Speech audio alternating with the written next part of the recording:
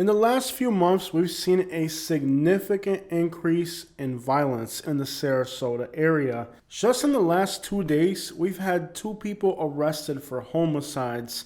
And while Uber driving late at night, I used to do this and it was usually fairly safe.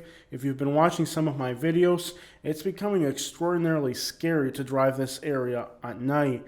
What is going on in Sarasota, and why is this area becoming so dangerous and violent? When I moved here a few years ago, it was fairly safe. This U.S. citizen from Opelika, Florida, was arrested for homicide, burglary, and larceny charges. His charges also include grand theft over $20,000. Now that was yesterday on Thursday. Today, the next day on Friday, this 18-year-old young man, U.S. citizen, was also arrested for a homicide. He resides in Lakewood Ranch in Manatee County, but he picked up his charge in Sarasota County. So you guys understand how violent Sarasota is getting? Just in the last 2 days, we've had 2 people here arrested for homicide. Now, when I tell people, they usually don't believe me. I've Uber driven in Miami, Orlando, Tampa, like basically all the large cities in Florida, even Jacksonville, which is, one of the most dangerous cities in Florida. And I tell you that Uber driving in Sarasota and Bradenton at night is far more scary than all these other cities. I've even driven Uber late at night in places like Liberty City in Miami and Moncrief in Jacksonville. But the things that I'm starting to see here in Sarasota seem to have no equal when it comes to scary and violent late at night. So I've Uber driven all of Florida's largest and most dangerous cities at night, yet some of the scariest places that I Uber drive are actually starting to be in Sarasota and Bradenton. Just today, this individual was arrested for kidnapping, battery, and assault in an apartment complex in South Sarasota. If you've watched my Uber driving videos from this week, this is the same exact apartment complex where I had a female get in the car, and I immediately had to kick her out because when I confronted her about a scam she did on me that wasted about 20 minutes of my time, she became disrespectful. She was the 3rd passenger that I had out of that apartment complex last week in one single evening, so it's pretty clear to see that the crime is concentrated in very specific places. And the crazy thing is that these are not bad-looking apartment complexes. These are actually like run-of-the-mill apartment complexes like the one that I live in the Sarasota area. So what's happening right now in Sarasota is that many people that live in the bad neighborhoods are moving into apartment complexes on the outskirts because their neighborhoods are getting so bad, and thus the suburbs or the outskirts of Sarasota, areas like Palmer Ranch and Lakewood Ranch, which used to be considered better options than living in the inner city, are actually now becoming the new hubs of crime in the area. So on today's video, the kidnapper was in Palmer Ranch and the murderer was in Lakewood Ranch. These are 2 of the fastest growing suburban spots in Sarasota where all the young kids and people moving into town want to move in. So what's happening is things are getting worse in the city. People are moving to these outskirts apartment complexes, and it's understandable because the cost of living in Sarasota has got so high that it makes sense for people to live in a luxury apartment in the outskirts versus living in the inner city, which costs about the same and is more dangerous.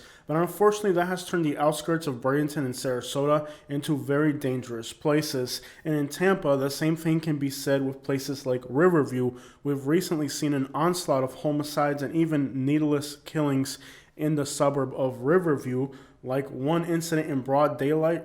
A bicyclist got killed by somebody in a truck over a road rage incident. So we're starting to see that the outskirts and the suburbs are actually becoming more dangerous than the city itself. If you've been watching my Uber driving videos, you'll notice that in the last week, I had 2 incidents on video that practically qualified for kidnappings if law enforcement had got involved.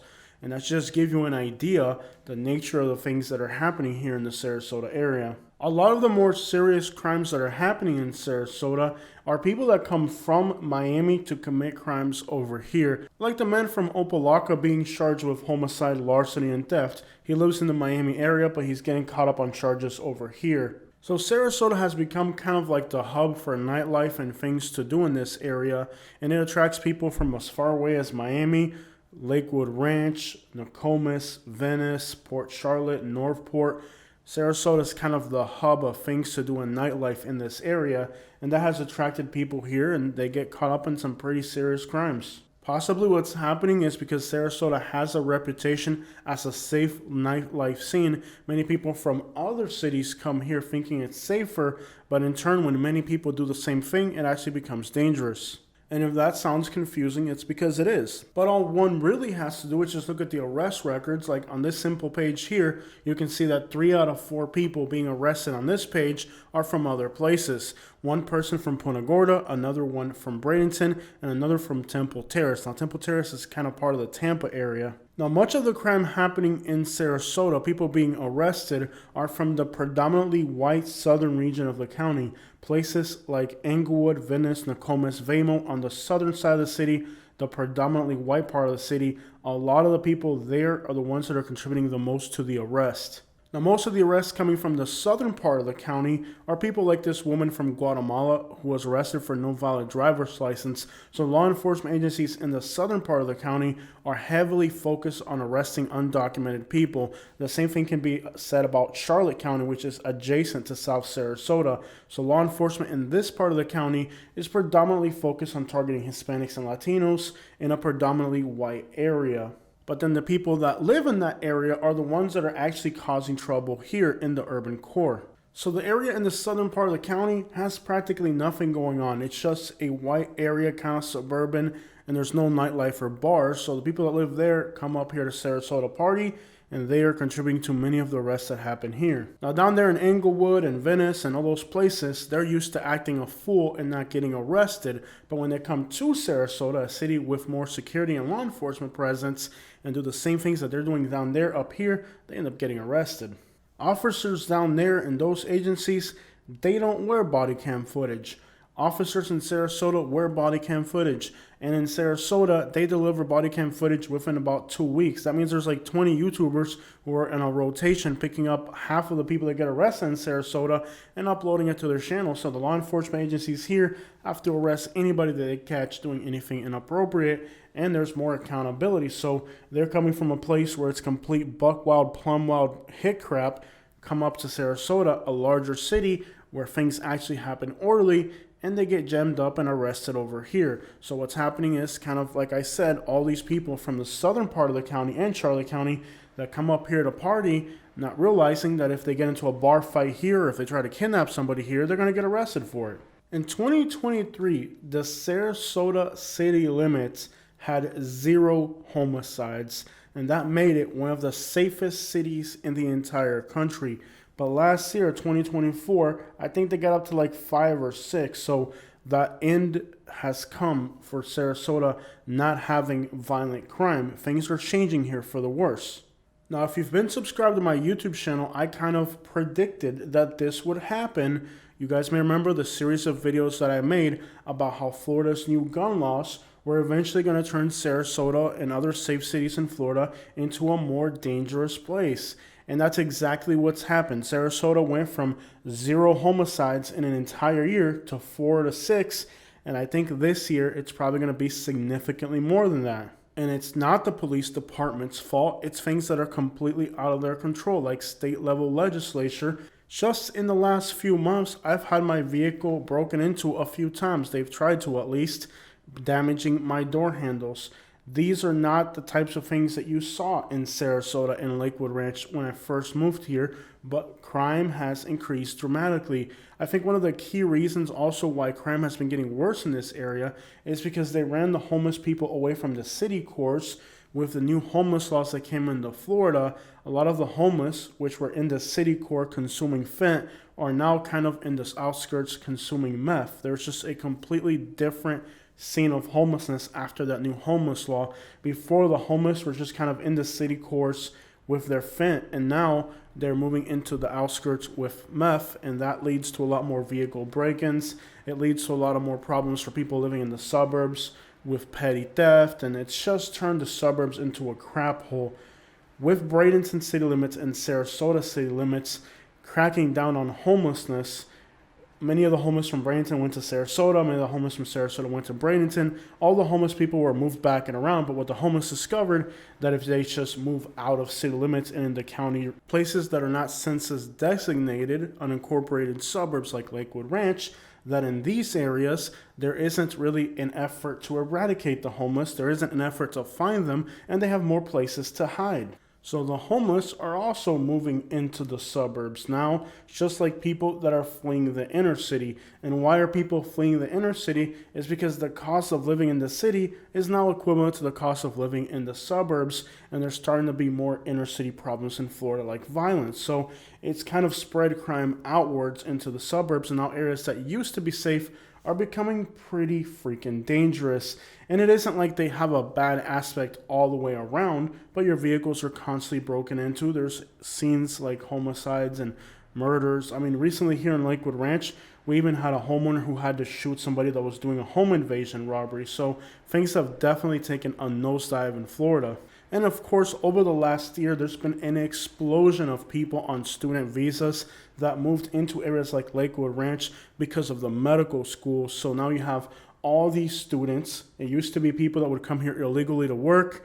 That kind of got shut down. So now the new wave of immigrants are young people on student visas that are technically supposed to be going to school, but they got a lot of money and free time on their hands, and they're not using it wisely. It's leading to a lot of problems in our community. And then you have the fact that the southern part of the county, despite being a small percentage of the area's population, makes up a huge percentage of the people being arrested out here. So just looking through yesterday's arrest, you got one from Fort Myers, one from Venice, one from Nokomis, and one from Michigan. A lot of undocumented people are also living in the southern part of the county. Like the man from Nokomis, this Brazilian guy, was arrested recently for battery, and he was picked up again now for an ICE immigration hold. So you're a Brazilian, most likely a student visa, so he's not here legally, and he gets involved in a battery. Now he's getting deported, and that's part of the problem we're having here too. A lot of the Brazilians, Nicaraguans, Ukrainians, Russians, Lithuanians, all the Europeans and Latin Americans that we have here, a lot of them go party, they get involved in batteries, domestic disputes, and they get into bar fights and stuff like that. And they're not here legally, so they get deported when they get arrested. Now, with the people on student visas, like the Brazilians, for example, they're partying and going to nightclubs every single weekend. They're young kids who are coming here to study and party. To them, this is their spring break while going to school in the United States. They're partying, they're clubbing, they're fighting, and they're getting into trouble, and they don't care about their legal status. You know, like I've been pulling a lot of body cam footage recently of people who are undocumented getting arrested. We finally just got 2 of them through. And one thing that I've learned instantly from it is that people who are undocumented don't care about getting deported. If they cared about deportation, they'd be legal. Like the most recent video I just pulled today, the American woman that was getting beat by the Mexican guy didn't give a crap about getting deported. It was the girlfriend, the American, that was getting beat by him, who was crying saying, "Don't deport my baby." But he didn't seem to care. He was disrespectful to the cops. He was being drunk and abusive. So a lot of times when individuals are illegal, they don't care about legality. If they don't care about legality, they don't care about deportation. And for a lot of the people that are here on a student visa, they don't care about being deported. It isn't a priority to them. If it happens to them, oh well. It isn't like before when people who are here undocumented and they were working and they had families to take care of, they were avoiding conflict with law enforcement. These young kids that are coming over here on student visas, they're here to party. They don't care if they get arrested and deported. It's just not a big deal to them. And unfortunately in the Sarasota area, with the Brazilians and Nicaraguans that like to party, get drunk, to a lot of them, not all of them. You got the ones that are trying to make their lives here, of course. But too many of them, they simply don't give a crap. If they get deported, oh freaking well. They don't even try to please law enforcement.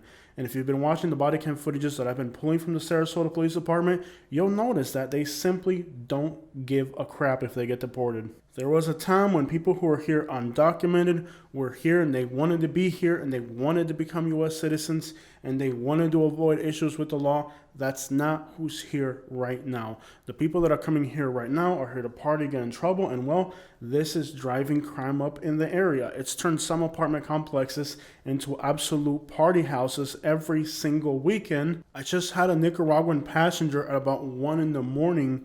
in South Sarasota in one of these apartment complexes, and he's telling me that he's going to move to Lakewood Ranch very soon because his apartment complex is being overrun by Venezuelans and Nicaraguans who are nothing but partying every single weekend, and he's afraid it's drawing undue law enforcement attention. He doesn't want that attention because he's not documented, and he also has to work a lot, and he doesn't really have the ability to deal with their whole partying the whole night. So Sarasota has become somewhat of a party city, kind of like what Miami used to be. You guys might remember when I used to do videos in Little Havana, where Little Havana was like a huge party area. That's what a lot of these apartment complexes are becoming in Sarasota. So even the people that are undocumented are like, yo, I don't want to be part of this crap. So they're moving into Lakewood Ranch, where it's more expensive. And that's turning Lakewood Ranch into pretty much what Sarasota used to be. Then you got this little princess right here from the Bronx, New York. She was arrested yesterday on 2 charges of passing false checks at a bank in possession of a false ID. This is the specimen that the state of Florida has been attracting. This is a huge problem all over Florida right now. Orlando, Tampa, Sarasota, all these New Yorkers that come down here from the Bronx and they start doing all the things that they were doing in New York here in Florida. The only difference is here in Florida, they're actually going to get locked up. Let's not forget that our little homicide victim over here from Lakewood Ranch was also born in New York. So you're starting to see that the most serious crimes that are taking place over here, a lot of them are New Yorkers, young people. They grew up in New York and they want to come to Florida and enact the same type of things they're doing in New York here in Florida. And this is seriously deteriorating our state because now we're not attracting the rich people. At first, there was a wave of rich people from New York that were moving here. That's not who's moving here from New York right now. This is what's moving here from New York right now. Murderers, scammers, people who exploit the elderly. That's what's coming here to Florida right now from New York. So this is what Florida is becoming. You scared away all the good, hardworking immigrants that were doing jobs for years and didn't commit any crimes, and you're replacing them with students who are doing murders and home invasion robberies, and New Yorkers who are doing bank fraud and exploiting the elderly. This is exactly what they wanted in Florida. This is orchestrated right here. This isn't by mistake. This is exactly what the state of Florida is trying to do. This is what they want. They want to get rid of the good, hardworking people and replace them with these people. And really, all you have to do is look at who the people are who are being arrested for committing the most horrible crimes, the ones we're talking about on today's video. 2 of them are recent arrivals from New York. Our little scamming princess doesn't even have a Florida address yet. She still has a New York address. All the law enforcement resources are going into arresting homeless people and arresting people driving without a valid driver's license. Whenever there isn't an unfolding scene, that is the free time, the quota arrest that law enforcement agencies are going for. All the while you're getting rid of the good, hardworking people and the people that are down on their luck from the unaffordability and stress of living in the society they've created here in Florida, keep replacing them with the people who commit the most horrendous. Because this is what they're attracting. Because they're still telling people in New York and California to keep moving over here.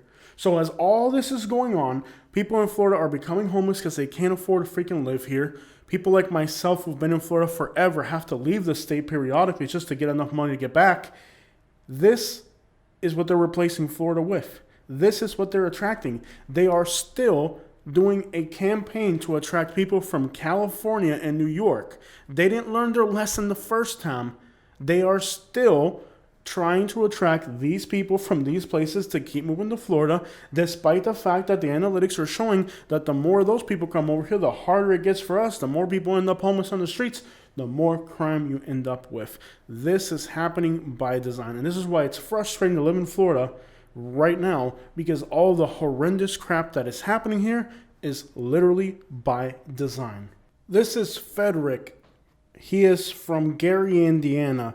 He was arrested for larceny, grand theft, public orders crimes, engaging in contracting without a business license during time of emergency. He was pretending to be a contractor during hurricane cleanup.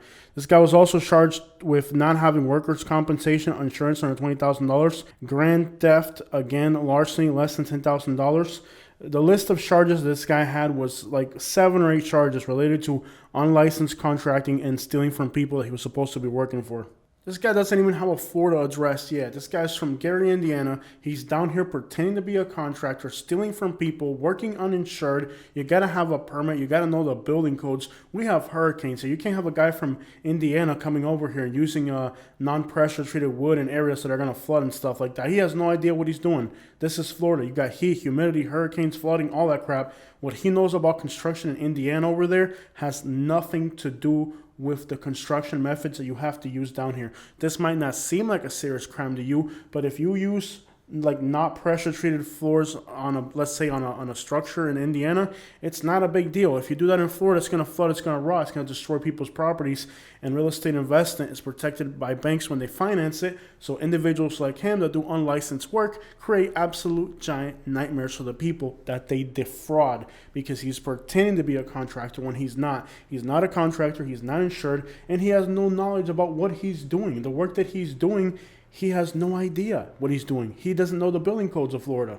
I drove on Siesta Key for spring break when the kids from Ohio were down here, and it was the most atrocious thing I ever saw. Hundreds of kids partying, drinking, destroying property, fighting. The Sarasota County Sheriff's Office had to literally mobilize an entire team of officers just to be on Siesta Key when those spring breakers from Ohio were down here. It was horrific. Then the week later, you got some kids from New Jersey. They came with their families and friends. It was a completely different story. But it's again, what garbage are you attracting to your state? I wish you guys could have seen the stories and nightmares that people that live on Siesta Key told me about what happened during spring break. I got a real good story from one person that lives on the island about something that happened, but the problem was that the victim was a minor, and a lot of these kids were minors, so you can't upload footage of minors to the internet. So it's one of those stories where I had it, but I had to let it go because of the policies of the internet. But whatever, it was a complete freaking mess with people getting arrested, people leaving garbage on people's properties, people hanging out on properties while the people were inside scared for their lives, 10, 15 teenagers hanging out in their parking lots when they weren't supposed to be there. It was an absolute nightmare. I have never seen spring break this wild in Florida, and it used to not be like this. I remember spring breaks all throughout the history of Florida, and places like Miami Beach used to have all that. A lot of that crime and horrible crap that used to happen in Miami Beach now shifted up here to Sarasota. I have never seen a spring break like this. This is my third year up here, and I've lived in Southwest Florida for about 25 years. Like, I know this area, and this spring break was the wildest spring break I've ever seen, because these kids normally go over there to Miami Beach. They didn't go to Miami Beach. They relocated over here, and here's what we got. When I was taking breaks Uber driving, I was talking to the police officers that were like on ATVs and stuff about some of the things that they were dealing with. They were vandalizing the bathrooms at the state parks and beaches and stuff. It was completely wild. And literally the officer was telling me the nightmare of the things he was going to deal with while they were here. And he had a call on the radio about like a fight, and he had to run off on the ATV. He's like, I'm sorry, I got to go. And he left. But that's just what's happening here right now. Like, with Miami and all these other wild spring break destinations trying to scare away the spring breakers, it brought a lot of that bad crowd to us as well. And when they come here, they like it. That means they're going to keep coming here, which means that the quality overall of the tourists that are coming here now isn't the same quality of tourists that we used to have in the past. So yeah, things here are definitely changing for the worse. And sadly, it isn't what we're doing here in Sarasota wrong. It's not us. It's what's happening in Miami, what's happening in Tampa, what's happening on a state level that's bringing all this garbage from other places to our doorsteps here. And there's sadly like a crowd of people from other parts of Florida that follow those spring break crowds that are Florida locals, and they cause a lot of trouble too, people with warrants and stuff like that. So a lot of bad things from other places are coming here. Again, the problem isn't us here in what we're doing, it's what's happening in other places that's bringing all this problem right to our doorsteps. I hope you guys have enjoyed our video, and yeah, it is definitely a changing scene here in Sarasota, and I don't think it's us doing things wrong here. I think everything is great within us. It's like outside things that are changing that are kind of screwing up what we had going on here. And I love this area. I love the people. I can't emphasize that enough. But with the amount of money that I'm paying to live here, I can't pay this kind of money to live somewhere if it's increasingly becoming dangerous. I pay an absurd amount of money to live in this area. Rents here are ridiculous, and I live in an expensive area. I'm paying a lot of money for rent. I would at least expect safety with that kind of money. And now we're entering the part of the year when the tourists leave, the money leaves, the snowbirds leave. The only thing left behind is the locals. The locals making less money, more on edge than ever before, more stressed out than ever before, because our incomes for us who depend on tourism are down 30-40% from what it was a few months ago. So what's left behind for the next few months is locals in a really tight economical situation, people who are on edge, stressed out, worried, and well, that just creates a very tense situation for the next few months, because here a lot of young people are making the money during the winter time, and they don't realize, a lot, especially the ones that moved here recently, they don't realize that the next few months there's no money coming into Florida, and if you don't have it saved up, you're going to be in trouble. And I think part of the problems we're going to see here in the summer is a lot of the people that recently moved to Florida who've never been through a summer drought like we are right now and watched all the money dry up and everything leave. Those people ain't ready for it. They don't really know what Florida is in a downturn. They're going to find out. You guys remember that Southwest Florida used to be the fastest growing place in the country before the 2000-2008 recession. And by 2012, Fort Myers, Florida's homicide rate was one of the highest in the nation, because what happens in Florida is when things are going good, this is the best place to live. There's no doubt about it.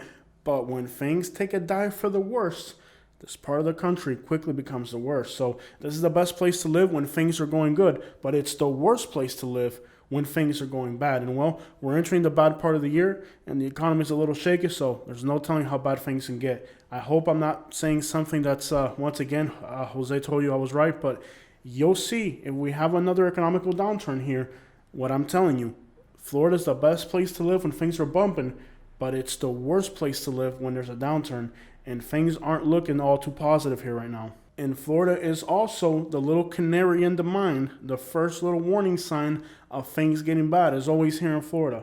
We always make the warning cry here first economically. We see things happen here before they happen in other places, because economically it's a more sensitive area. So like always, before things go to crap somewhere else, they go to crap here, and things are definitely going to crap here right now. Some type of rental properties in Fort Myers are down as much as $600 a month versus what they were a year and a half ago. So things are already starting to move in the wrong direction. And remember what I told you, when things are good, this is the best place to be. When things are bad, this is the worst place to be.